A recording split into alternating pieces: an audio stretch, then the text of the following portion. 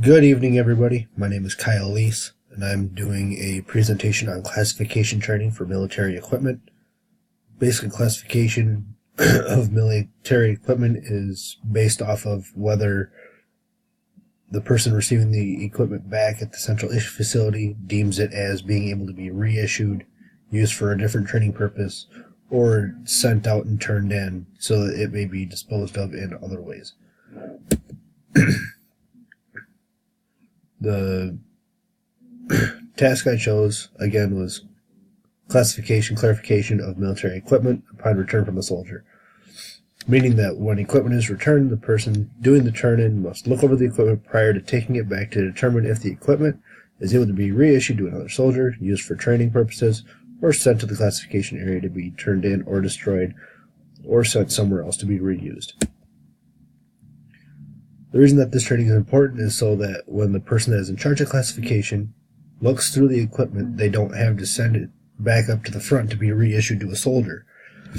This tends to be a big headache in the classification area, as a lot of items that get sent back there end up being sent back to the front for reissue or end up sent over to the training area so that it may be used for that.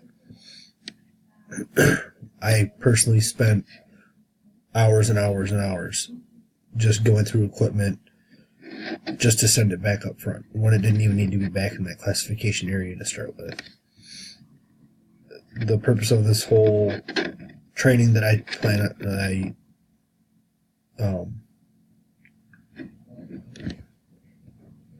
the training that I imposed into the workplace was to deter away from redoing a lot of work, and in the long run give people a better idea of the type of job that we do back in that classification area, so that they have a better understanding of why it's so stressful and irritating to have to keep sending equipment back up front over and over and over.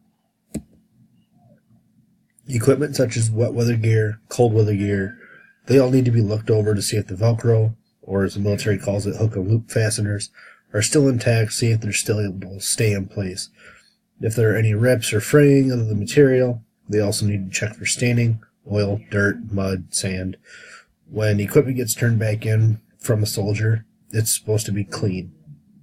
We do understand that it is field gear and it does get dirty, but if I'm going to reissue it out to a soldier, it's not going to be dirty. It can't be. If I were Jane or Joel that was receiving equipment from a central issue facility, I wouldn't want stuff that was clearly used. I would like to see mostly brand new, but obviously that doesn't always work. Ammo pouches are to be looked over to see if there are any holes worn in, as well as fading, and to see if their retaining straps in the back are still intact. There's Velcro and other snaps on these that you also need to keep an eye on, make sure that they don't get bent or torn or frayed or whatever it may be. Body armor is a different story. This needs to be looked over very thoroughly, as there are a lot of different things that can go wrong in this equipment. It needs to be looked over for your typical rips and fraying or anything that may compromise the integrity of the equipment. But there's a soft ballistic on the inside that, if it's even just a little bit frayed, it's considered useless.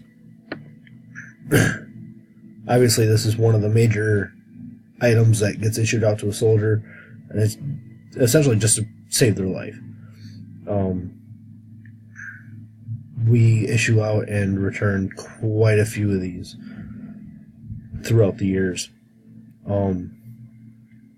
It's just a huge part of making sure that the soldier's safe and ready to go for the next mission.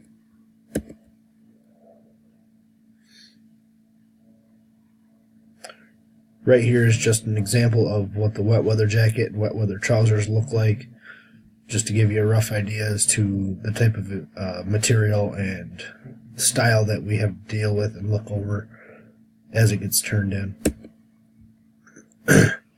The ammo pouches, again, were kind of a different way of looking at things. I mean, obviously there's all sorts of styles and makes, models, whatever you want to refer to it as, but every single one of them is an integral part of that soldier's safety and being prepared for the field and whatever mission they may have to carry out.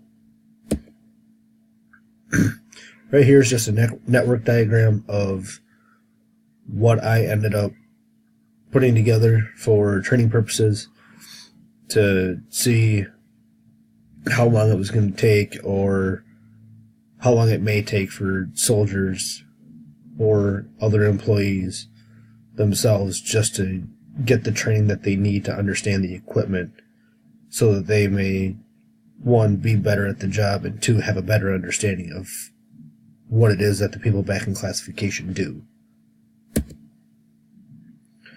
I do want to say thank you to those who have taken the time to look through my PowerPoint, as well as the feedback I will and did receive. Thank you to those who gave me the chance to train them and help them to become a better person at their job. And thank you to the employer for giving me the opportunity to make the workplace a better place to be at. Thank you, and have a great night.